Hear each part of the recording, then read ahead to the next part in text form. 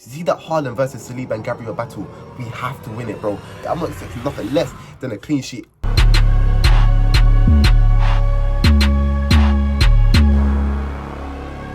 Welcome back to Man Them Talk Arsenal. I'm Therese, I'm trying to say, and yes, I know what you lot are thinking right now. You're probably expecting me to come with a big energy like I usually do in these such big games.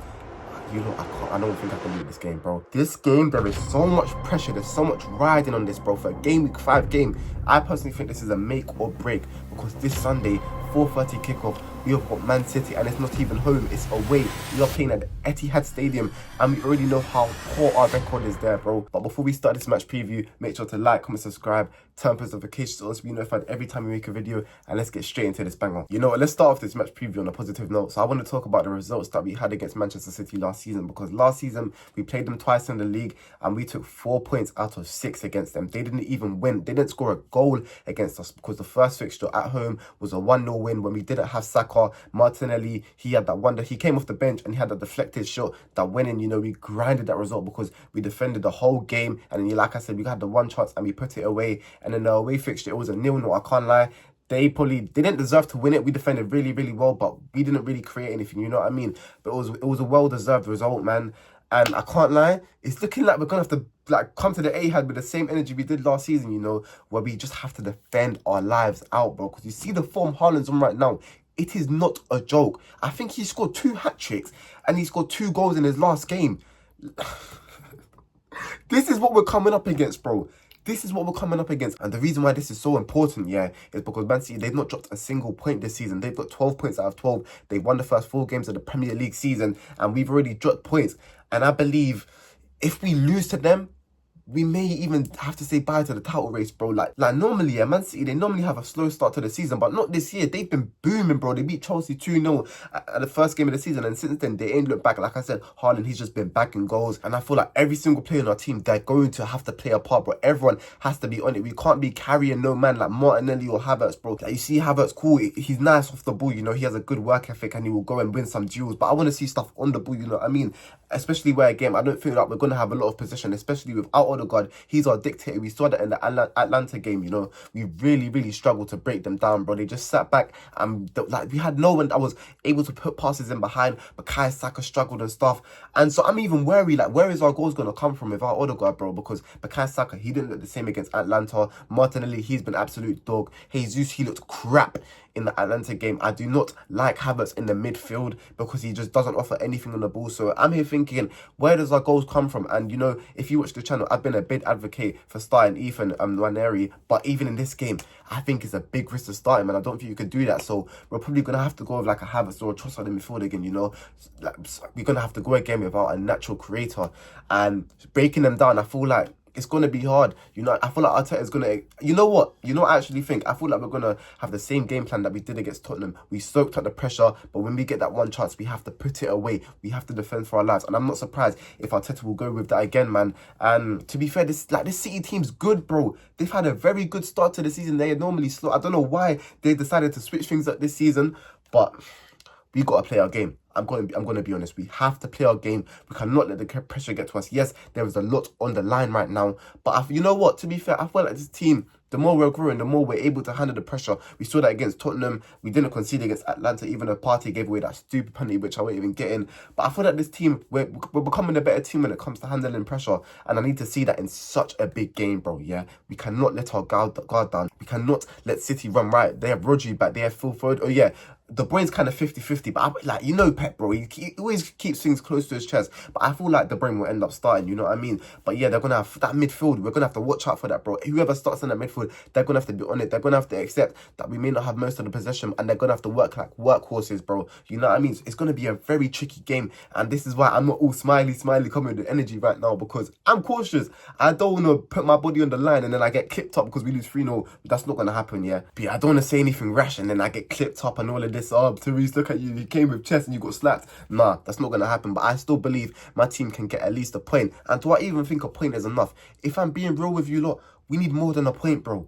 We need, because I believe if we win this game, we go ahead by 1 point. And if we draw the game, they're still 2 points ahead, bro. And where else are they going to drop points? I feel like if we're serious about challenging the title, we have to break our form at the Etihad. Our last win at the Etihad was in 2015. I believe Giroud scored that game. And we have to overtake, we have to change this form at the Etihad. I'm going to be honest, man. If we don't, I feel like, you know what it is? With Arteta, we've overcome so many hurdles now. You know, beating Manchester United at their ground, beating Tottenham at their ground, beating Chelsea home and away, beating Liverpool. Like, we used to never beat Liverpool, and now we've overcome that. And I feel like this is just the last hurdle that proves to me we are serious about this title race. We have to win at the Etihad. I'm sorry, yes, it's a difficult game, but for me, it's a must win. If we... Like, we're up against the best team the Premier League is debatable ever seen, bro. You know what I mean? We're going to have to do the impossible. We're going to have to. You know what I mean? We have to overturn the form here. I'm sorry. This is a must win. It's not easy. And let me tell you where the game will be won. You see that Haaland versus Saliba and Gabriel battle? We have to win it, bro. I can't stress this enough. You, man, have to be on your game. The same way you locked him up last season twice in a row, I need to see that same energy here, but I want a clean sheet. I'm not accepting nothing less than a clean sheet. It's hard, but we can do it. You showed it last season. We got 2 clean sheets.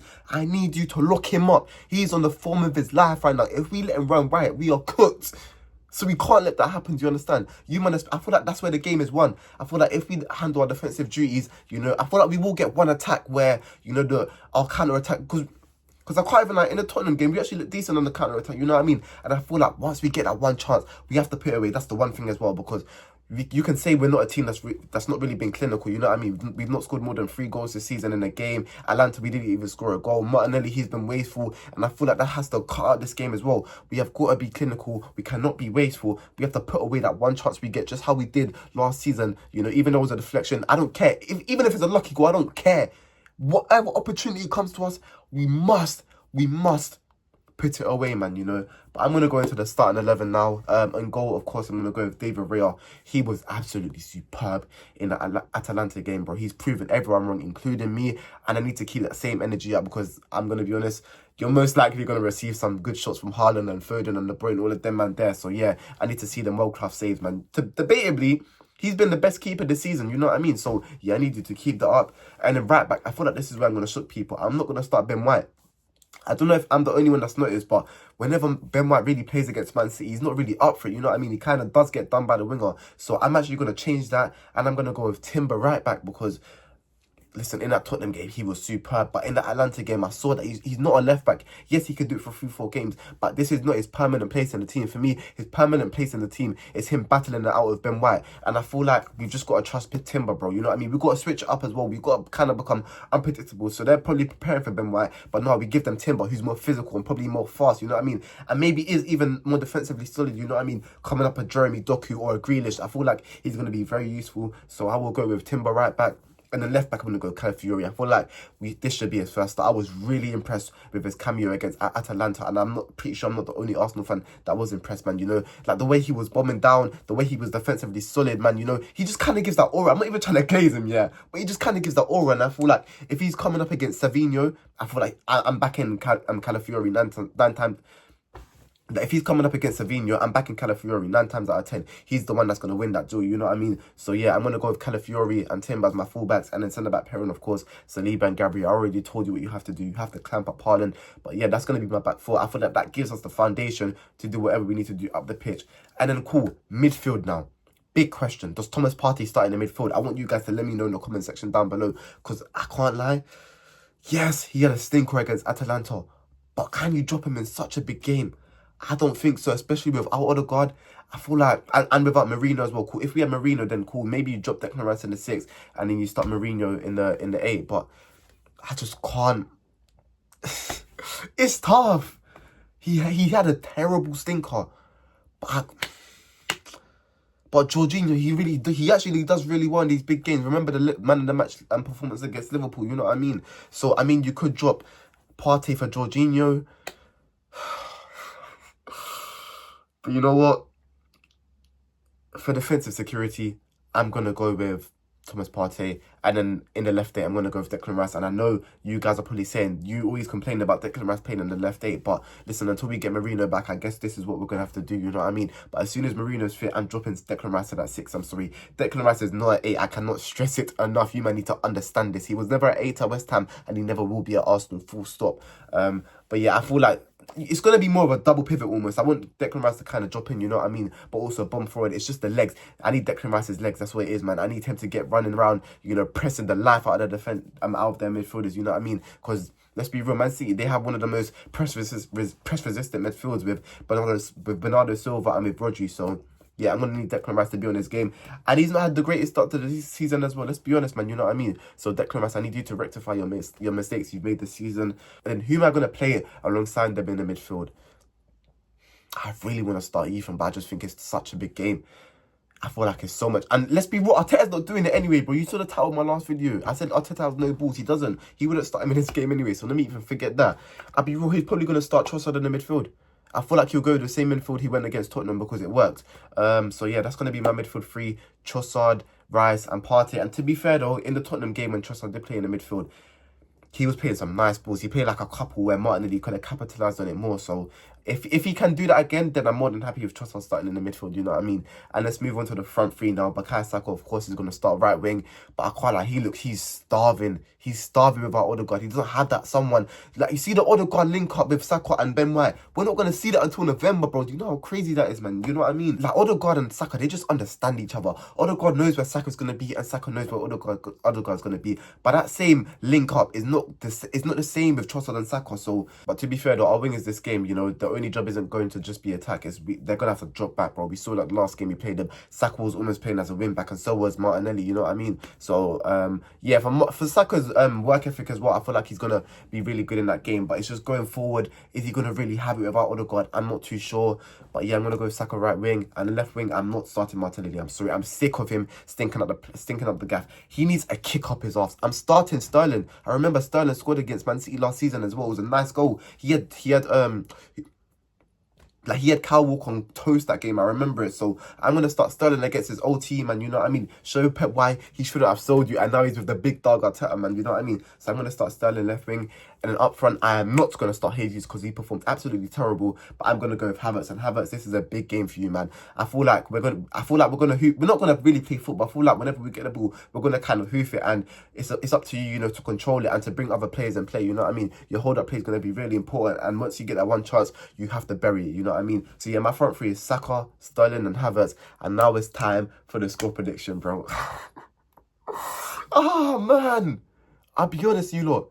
In my heart, I'm saying, no. I'll be honest with you lot. In my brain, I'm saying 0-0. But in my heart, it's saying 1-0, bro. Like, common sense is just telling me it's going to be a drawless game, especially without Odegaard. We're not going to really create much chances. But it's hope that I'm clinging on to. So you know what? I'm going to go with the 1-0 win. Arsenal beat Man City 1-0. We break our Etihad curse and we finally beat them at their stadium for the first time in 9 years. And this is my match preview. Make sure to like, comment, subscribe, turn post notifications on to be notified every time we make a video. And let me know in the comments if you disagree with me or agree with me on any of the takes I made. And what do you think the score will be in the Man City and Arsenal game? And yeah, this is it, man. And I'm out. Peace.